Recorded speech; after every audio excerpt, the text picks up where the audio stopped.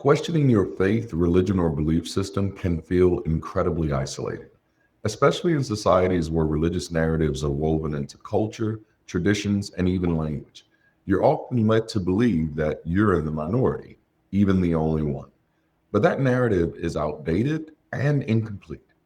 Many question privately while still showing up, still performing certainty, still acting like nothing has shifted. Religious narratives are embedded into everyday life, into language, tradition, morality, and social belonging. Belief isn't just something people hold, it's something assumed. So when doubt shows up, it doesn't feel just like disagreement, it feels like departure, like stepping outside of something everyone else seems to share. And that creates a powerful illusion that doubt is rare, that questioning is deviant, that if you're thinking this way, you must be alone. Not because there aren't others, but because the system isn't designed to make them visible. Silence gets mistaken for absence, privacy gets mistaken for isolation. So the story forms, this must just be me. And that story feels true, but it doesn't have to. You may be in the minority in certain belief categories. That part is true. But minority does not mean alone. It means less visible. It means less named. It means less publicly affirmed.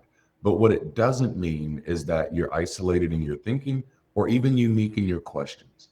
In reality, you're a part of a growing population of people navigating meaning without inherited authority.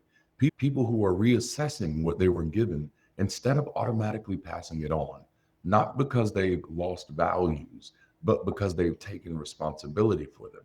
This isn't a collapse of morality or purpose. It's not necessarily nihilism. It's not emptiness. It's a redistribution of meaning. Meaning moving away from institutions, traditions, and unquestioned authority and back into human hands, back into lived experience, back into choice, responsibility, and most importantly, shared humanity. When people talk about belief, they often imagine separate groups: atheists over here, agnostics over there, religious people somewhere else. But sociologically, that's not how this actually works. These aren't clearly divided communities. They're overlapping labels that describe different aspects of how people relate to belief, certainty, and authority. Take atheism. Atheism simply describes a position on one question: belief in deities.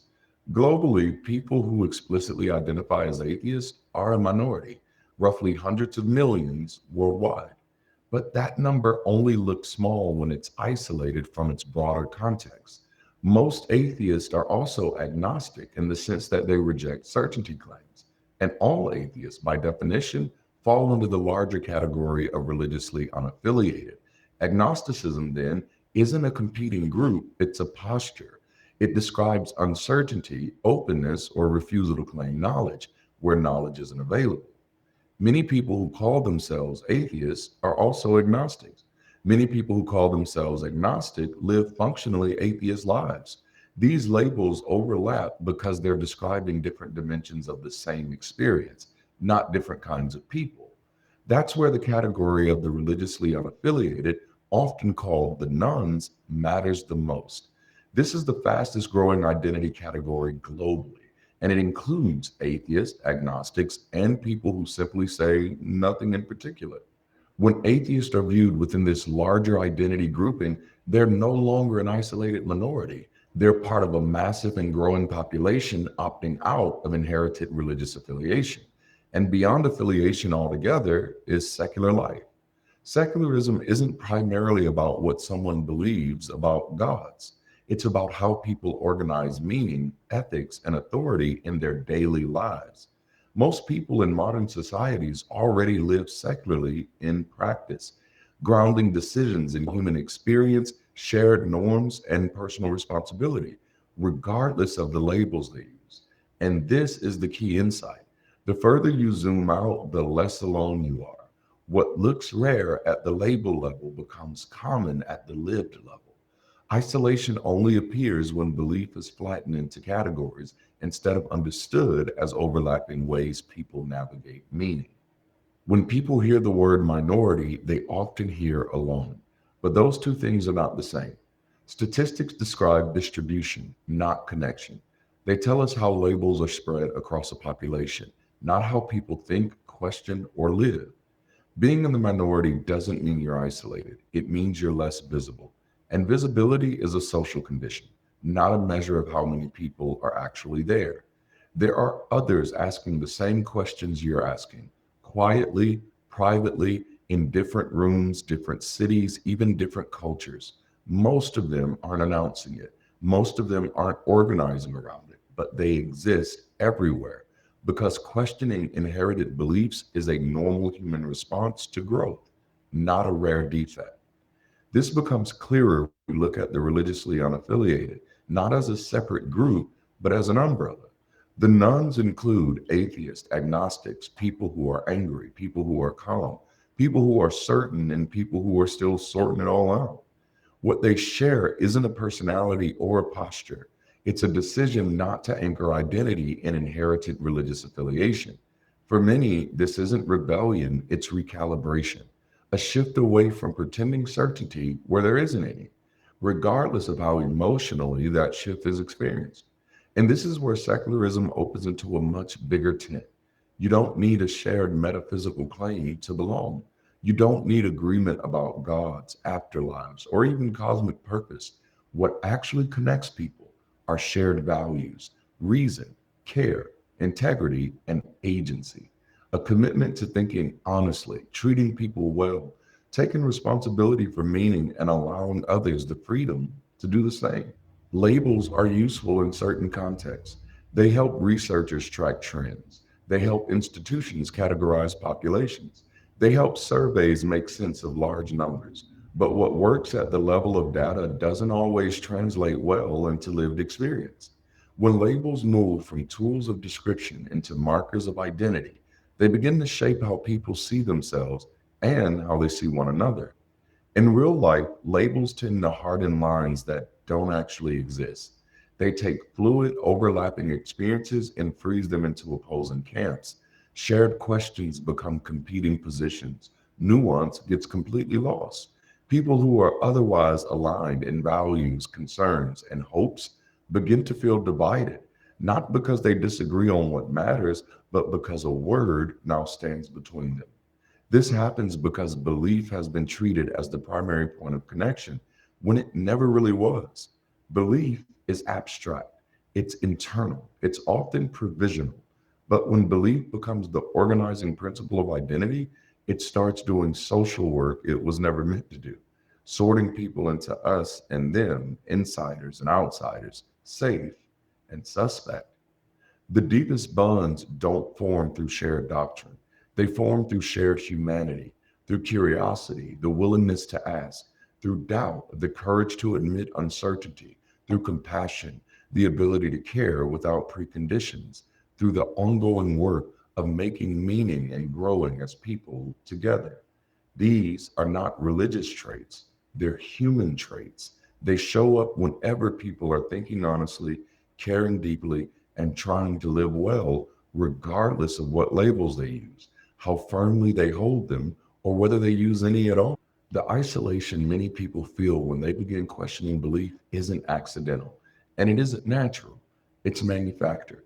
Not always intentionally by individuals, but definitely structurally by systems that benefit when doubt is experienced privately rather than examined collectively. Isolation doesn't just happen, it's the predictable outcome of how belief, authority, and belonging has been organized. The status quo depends on silence instead of conversation. When questions remain unspoken, they remain manageable. They stay personal rather than structural. A private doubt can be framed as confusion, weakness, or even failure. A shared doubt becomes a pattern, and patterns are harder to dismiss. Silence keeps people interpreting their experiences as rare, even when it's widespread. It also depends on fragmentation instead of connection. Labels, categories, and assumed oppositions prevent people from recognizing how much common ground already exists. Fragmentation turns overlapping experiences into separate identities, and separate identities are easier to contain. People who don't see themselves as connected don't compare notes. They don't realize what they're questioning. Authority, certainty, inherited answers is being questioned everywhere. And finally, it depends on retreat instead of community. When people withdraw inward, power remains external and unquestioned, but connection changes the balance. When people speak openly, when they listen to one another, when they realize their questions are shared, authority built on fear begins to weaken, not through confrontation, but through exposure. Isolation protects power by keeping people separate. Connection destabilizes it by reminding people that they were never alone. Despite how isolating questioning can feel at first, the reality is far more vibrant than it appears. This isn't a vacuum forming, it's a landscape already in motion. Communities already exist, not just as support spaces, but as places of creativity, collaboration, humor, care, and shared growth. People are gathering, building friendships, raising families, creating art, organizing projects, and shaping lives rooted in human centered values. The conversations aren't tentative or rare, they're happening everywhere in living rooms, online forums, creative spaces, workplaces, and communities that don't always advertise themselves as secular, but live that way in practice. People are comparing experiences, they're refining their thinking and developing richer ways of understanding meaning, ethics, and responsibility. Meaning isn't fading, it's diversifying.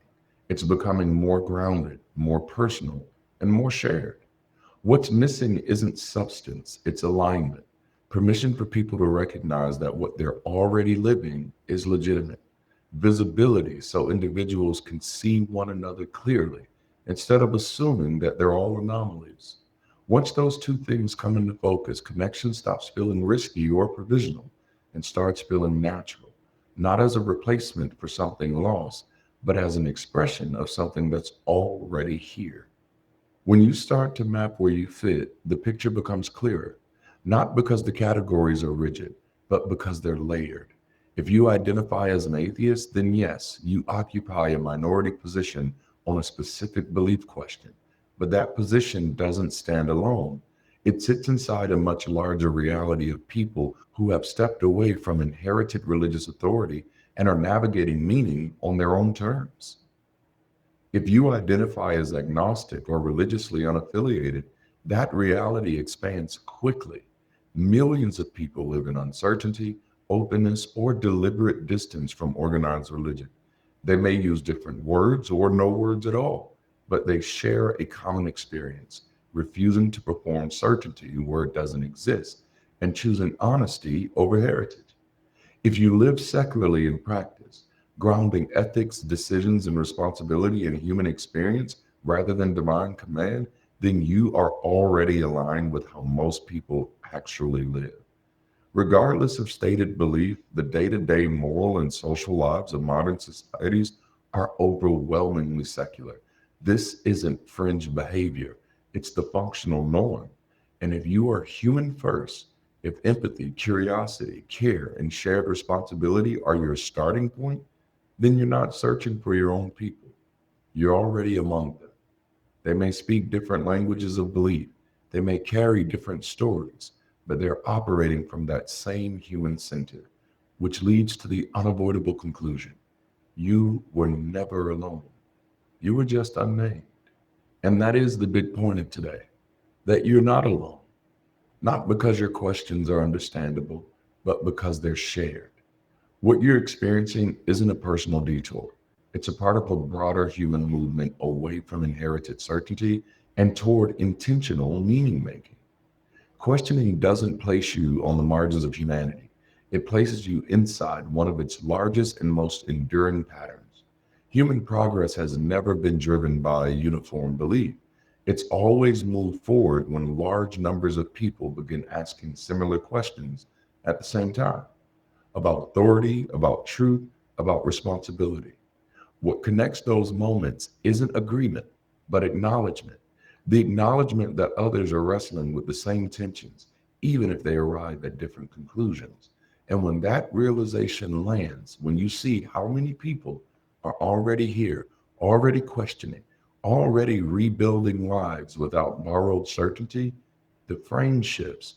You stop seeing yourself as an exception or an outlier, and you recognize yourself as part of a growing population that is redefining meaning, ethics, and belonging in real time. You are not alone, you're early. You feel alone because you arrived before the language, the structure, and the visibility caught up. Now, if this resonates with you, it's not because you're searching for meaning. It's because you've already found it and you're tired of carrying it alone. You're early, and being early is exhausting. It means seeing patterns before they're named, feeling shifts before they're acknowledged, living a reality that hasn't yet been normalized. The loneliness you felt isn't a lack of people, it's a lack of visibility, a lack of coordination, a lack of shared space. Bridge City exists for this moment, not only to comfort people who are lost, but to connect people who are early, to take what has been private, scattered, and individualized and make it visible, collective, and human centered, to turn quiet recognition into shared presence, to activate what has been sleeping in plain sight. So stop interpreting your experience as isolation and start recognizing it as position. Step into a community designed for people who think critically, care deeply, and refuse to outsource meaning to authority. Join the global campus, start the member journey, show up for the conversations, the clubs, and the teams, not as a consumer, but as a participant in building bridges to better. This isn't about waiting for the world to catch up. It's about gathering the people who are already here. You're not alone, you're early. And early only stays lonely when it stays unorganized. Bridge City is where the early stop standing by themselves and start standing together. The link is in the description. All right, folks, that's all I have for today. Thank you for joining me for this conversation. And until next time, keep rising.